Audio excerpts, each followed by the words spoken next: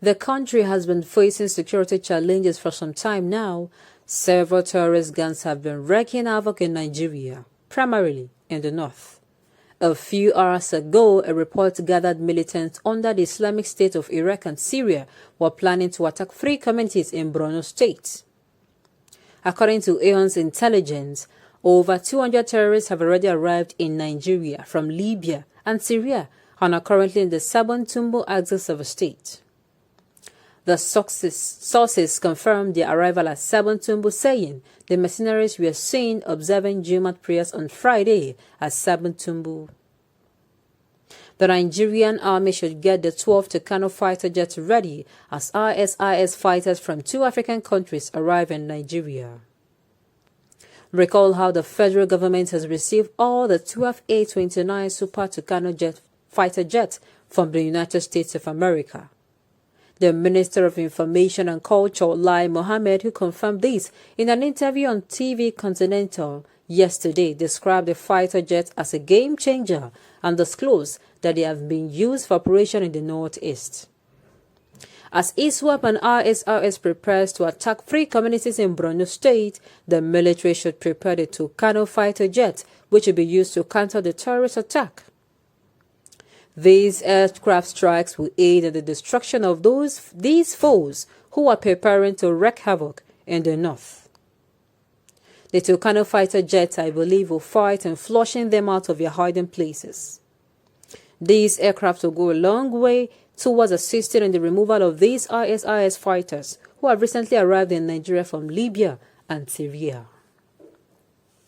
Now, the question is, how? Where did they come in from?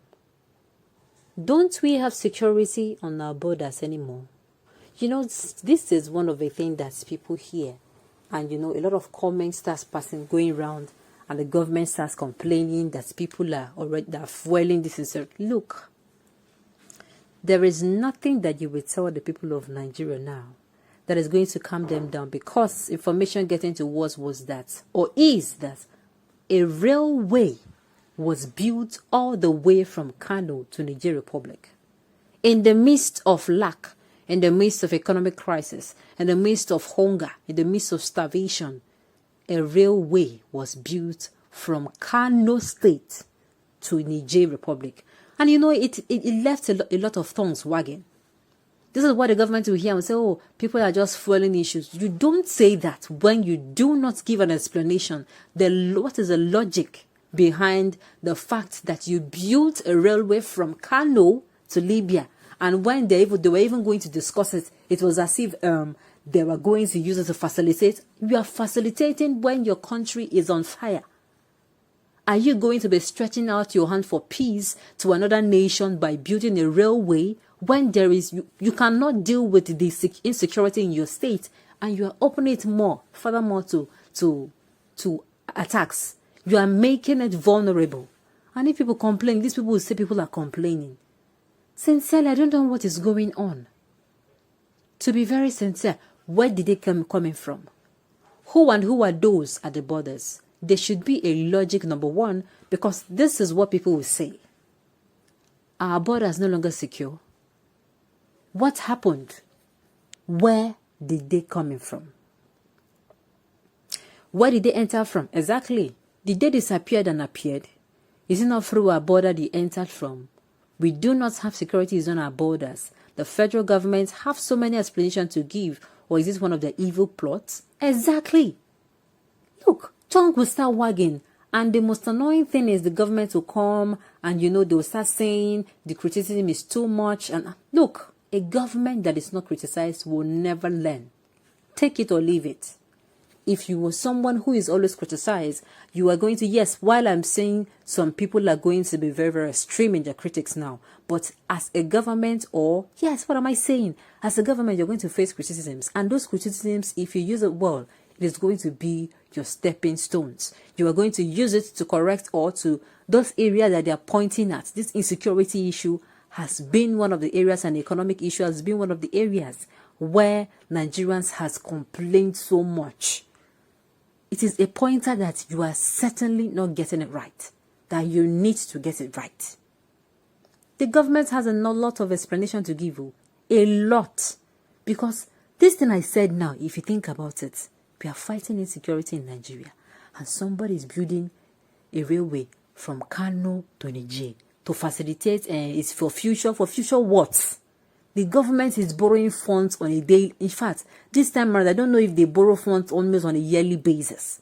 Even information getting to us was that the budget now, the money, the funds for next year, and I'm talking about funds such as, feeding of the Aso Villa clinic and all that is being borrowed. And I'm asking, there's something huge going on in Kano called the railway. You're building it all the way from Kano to Niger. What is the logic behind it? I keep saying, you do not insult the intelligence of Nigerians.